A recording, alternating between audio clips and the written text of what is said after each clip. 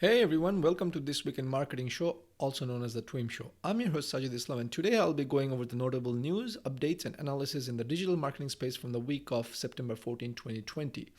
So we are going to first start off with the latest on TikTok, since who doesn't like drama, right? So there's a lot of things happening with TikTok. The news came out that TikTok is going to be banned starting this Sunday. Oracle, Microsoft was in the bidding.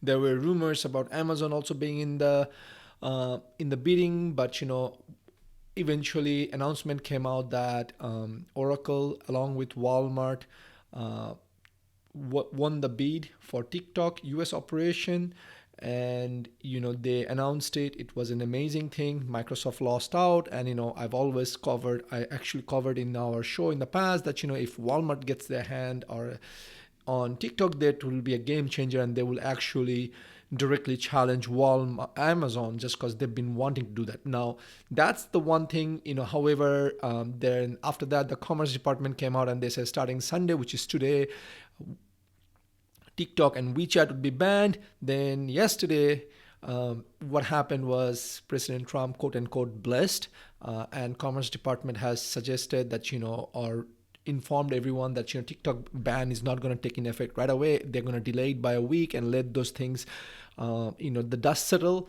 And in the same time, President Trump is demanding that TikTok or someone pays the US government 5 billion, yes, you heard right, billion with a B, dollars, to create an education fund to teach the real history of the US.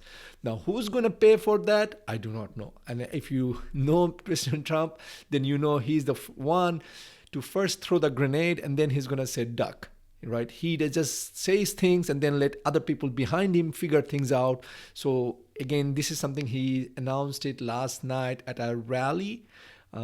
He was in and he says, what, I want someone to pay TikTok, the TikTok US company to pay $5 billion. He didn't say who, but we do not know who's going to pay for it, if they're going to agree to it or not. It just continues on and on. But the good news is that TikTok is not outright banned. WeChat has not been banned. There is a court order that says they're going to delay it. So it's just things happens again and again. So anyways, with that, let's move on to our next update, which is TikTok releases a new update on their $1 billion fund, creator fund. So we covered in our show last week where people were coming out and complaining about the $1 billion creator fund, where they were saying their reach has gone down. TikTok is doing a lot of crazy stuff, hiding behind the scenes, and people were unhappy, things like that. So TikTok came out with announcements, says how they're calculating their payout for the creator fund, and they also categorically denied that because you're in the creator fund and you're monetizing your video, your reach is not going to get affected, right? So last week we had something else where creators were saying, well, this is unfair, TikTok is doing that. Now TikTok is coming out and they're basically saying this will not happen. Who is right? Who is not right? I do not know. Neither do we know. But if TikTok, as a company who has, who's trying to establish credibility, I believe I would have to give them the benefit of the doubt, because I believe they're not gonna lie outright, especially when they're under the microscope, facing a lot of stuff. So check it out. Let's take them by their word until we have proof that they are actually lying to us. How's that? So let's move on to the next one, which is our news from our friends at Facebook. So this is an exciting update from Facebook, is because they have launched a new certified course in digital marketing partnership with Coursera. Now the course, it's free. It starts today, September 20th, as of this recording. If you're following our show, obviously you are gonna get your. So if you're following our show and you're interested in this course, absolutely this is the right time, because our show gets released on Sunday afternoon.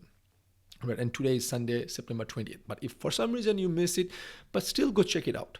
You might be able to join a course a day late, or you might be able to join the next session because it's about four months time. How it will all work out, I do not know. Facebook is saying, I checked it out, it's saying, it's usually they're requesting you spend about 2 hours a day for 4 months. I do not know if that includes weekends or not, but that's besides the point.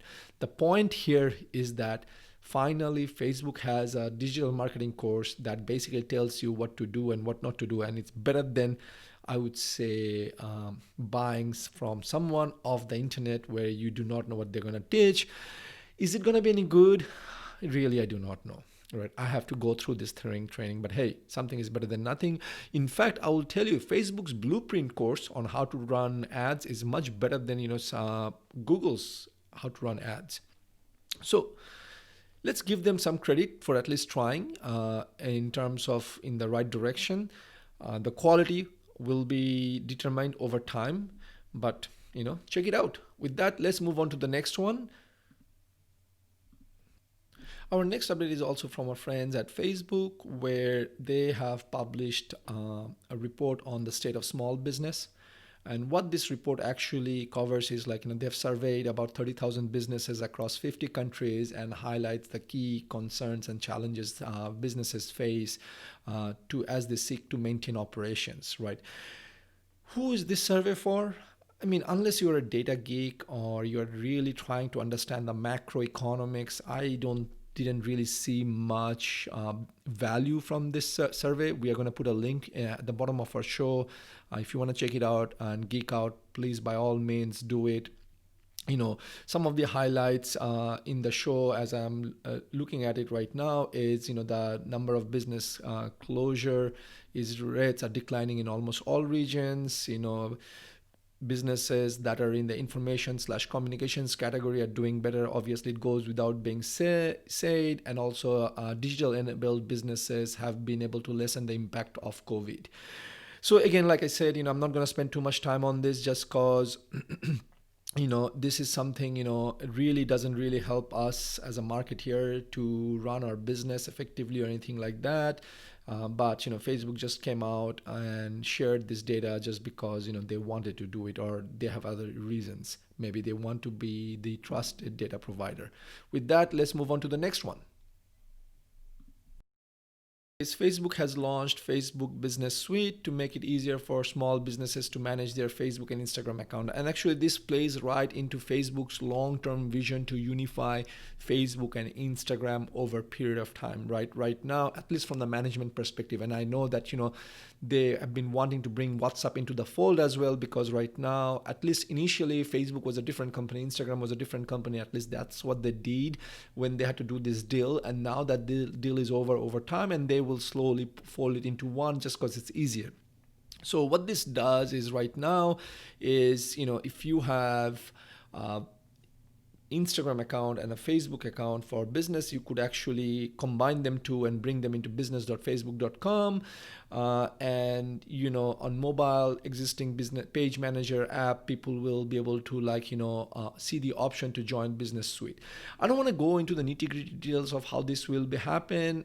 This will all work out, I'm sure. We are all familiar with how it all works, so I'll leave it up there, or maybe you can Google it up. But I just want you to know that this is something happening in terms of unification as it comes, and it might be a good thing because from one central point we would be able to see critical alerts, messages, comments, and other activities across Facebook and Instagram right in the app's home screen, right? Especially if we have multiple pages and multiple Instagram accounts, it just makes it a lot easier. We don't have to keep switching and context switching and things like that. So check it out when you get a chance because it will definitely be helpful. So moving on to the next one, which is from our friend in LinkedIn. Friends at LinkedIn decided to do an updated version of the Mastering Targeting on LinkedIn guide. This was actually released last March. And since then, LinkedIn has added a lot more stuff under the hood in their ad platform, and they just came out with the this updated guide, and where they basically walks you through to the different options that are in LinkedIn, the targeting options, things like that. Now, I took a look at it, I took a peek into this, and one thing I have to say is their targeting option seems awfully similar to Facebook's ad targeting window. Like, in terms of on the right hand side, you have the reach, the featured results, things like that. Now, hey, it goes without saying, all these platforms are pretty much copying each other. Like I've seen, Bing ads copied their interface as well, structure and everything from Google Ads. Facebook ads did a lot of stuff copying from Google Ads. And LinkedIn is copying a lot of the structure, the layout and everything from Facebook. It goes, first of all, they know if someone's already doing it, it's been working and people are already familiar with it. So for example, if LinkedIn is trying to target Facebook advertisers into LinkedIn platform, they might as well keep the look and feel the same so that it's not a very steep learning curve. So and this is absolutely critical for someone who has been thinking of LinkedIn advertisement or is getting their toes wet in the LinkedIn advertisement. Go check it out. You'd be glad you did, just cause it's updated guide. It has a lot of information, and if you don't have to go buy yet another course on LinkedIn advertisement of the internet. And I'm pretty sure someone out there is going to take this guide, create a course, and then sell it to you for $25.99, $49.99, $99.99, or something like that. Someone is out there who's an entrepreneur and who's gonna take this guide and create a course. So if you don't mind paying for that course, go right ahead.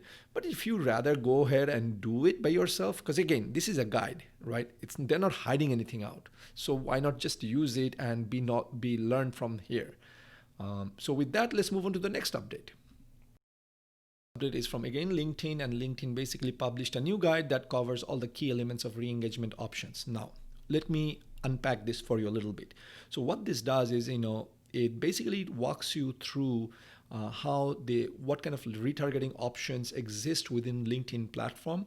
And I would have to say that, I'm thoroughly surprised in a pleasant way. I'm pleasantly surprised, not thoroughly surprised. I'm pleasantly surprised to see that how mature this platform has become, and that the retargeting options that exist. If you are listening to the show and you're not sure what retargeting is basically showing your ad to someone who has already seen your ad or have been to your page in some way, shape, and form. Right? It just lowers the cost of advertisement.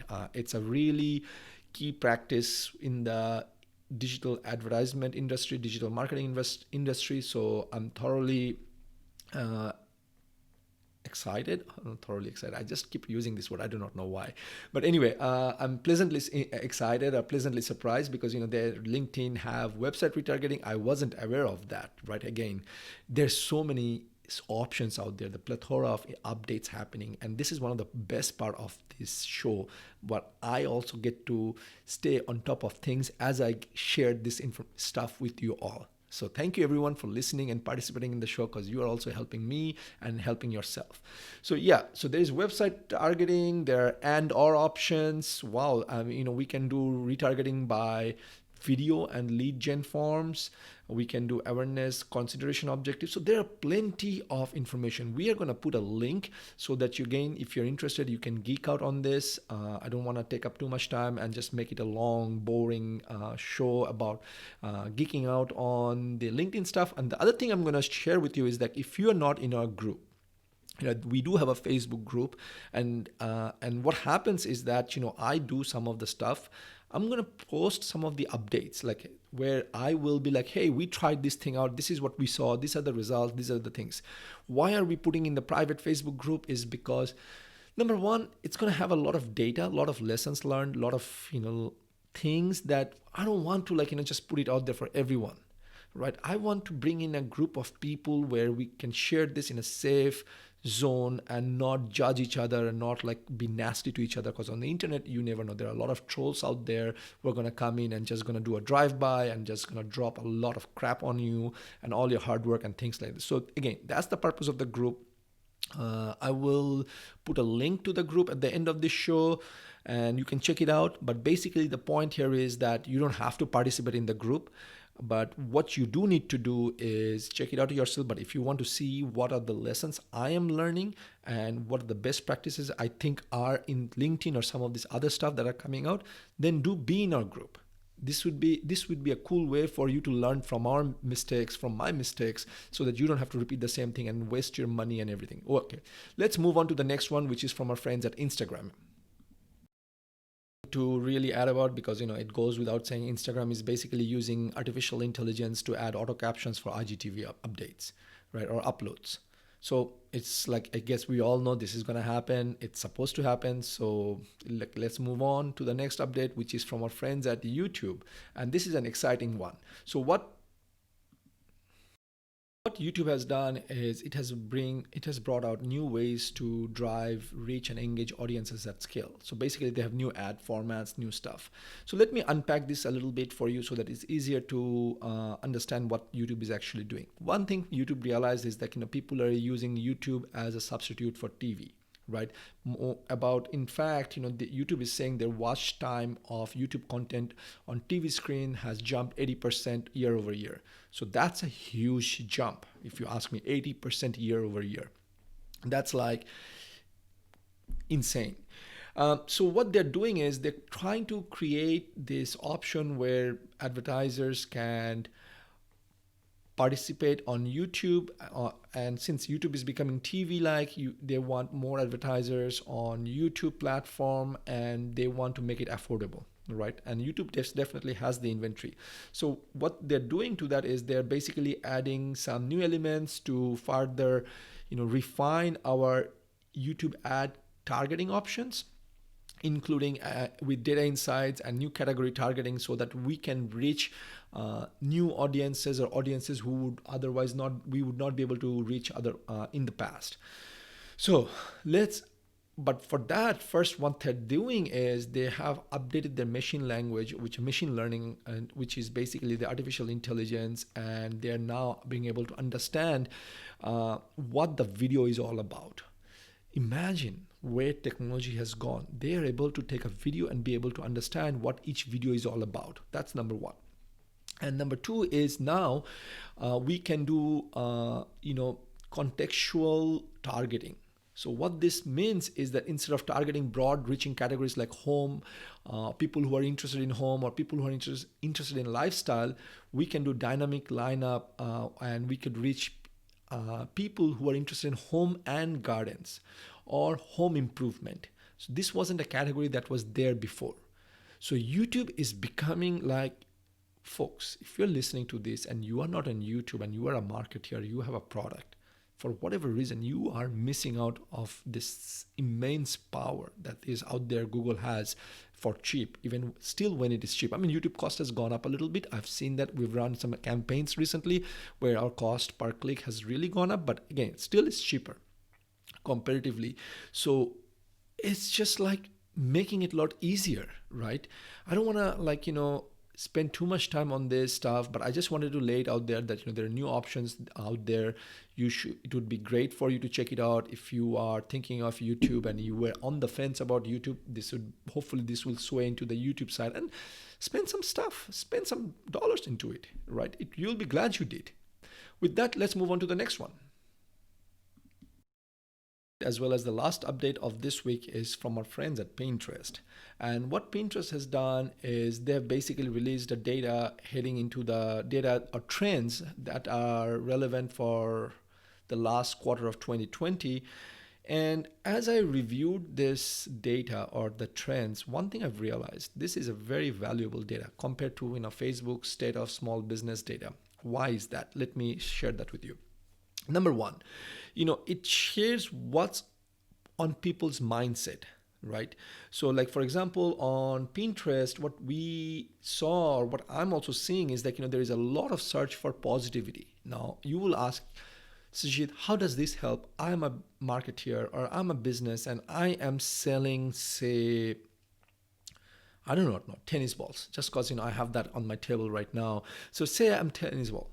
So if people are searching for positivity, guess what? You would now be able to use certain things like this information to say, okay, people are searching for positivity. So that means if they're on Facebook or they're on YouTube, even if you don't advertise on Pinterest, if people are on Pinterest are looking for positivity, there is a high chance people on Facebook and Google or YouTube are also looking for the same stuff, right? It's not far-fetched, right? It's not like, they're searching for positivity on Pinterest and then people go to Facebook and they're looking for something else. So you can take that information and you can say, okay, fine, people are searching for positivity, so that means how do we place our ad on YouTube so that we reach the maximum audience, right? Especially if you're running an awareness type campaign, right? So I would probably say, okay, show my ad to people who are searching for positivity, and probably put some marketing language in my product, which is a tennis ball, to say, how will this tennis ball help you achieve positivity, right? Hope that makes sense. So as I am looking through these things, basically searches for mental health check-ins have gone up about 5x amongst young users, which is aka the Generation Z users. And then they have also Gen Z is also looking for Zen bedroom ideas. One is GEN, the other one is ZEN. Calming bedrooms, feng shui bedroom layout. They're all searching for this. Millennial peanuts are putting focuses on health activities for children. Again, hey, if you happen to have a product for that area, you do that. Homeschooling and entertainment are also a key focus. This is a better data set to geek out on than I would say on the Facebook one. So folks, if you are marketing something, doesn't matter what it is, right? Whether you're selling tea, whether you are selling books, or you are selling something else, go geek out on this data. You'll be glad you did. And then you can send me a thank you later on, and you are welcome. Because you know what? There's a trove of data, and it's taking the data and figuring out how to use this for our own thing. Like, for example, the other thing before I log off, it seems like men are also looking for mental and physical health support. They're looking for things like art therapy activities, workout routine for men, strength coach, and they're also doing for home stuff, renovations, DIY projector screens, things like that. Anyway, I think I should stop here.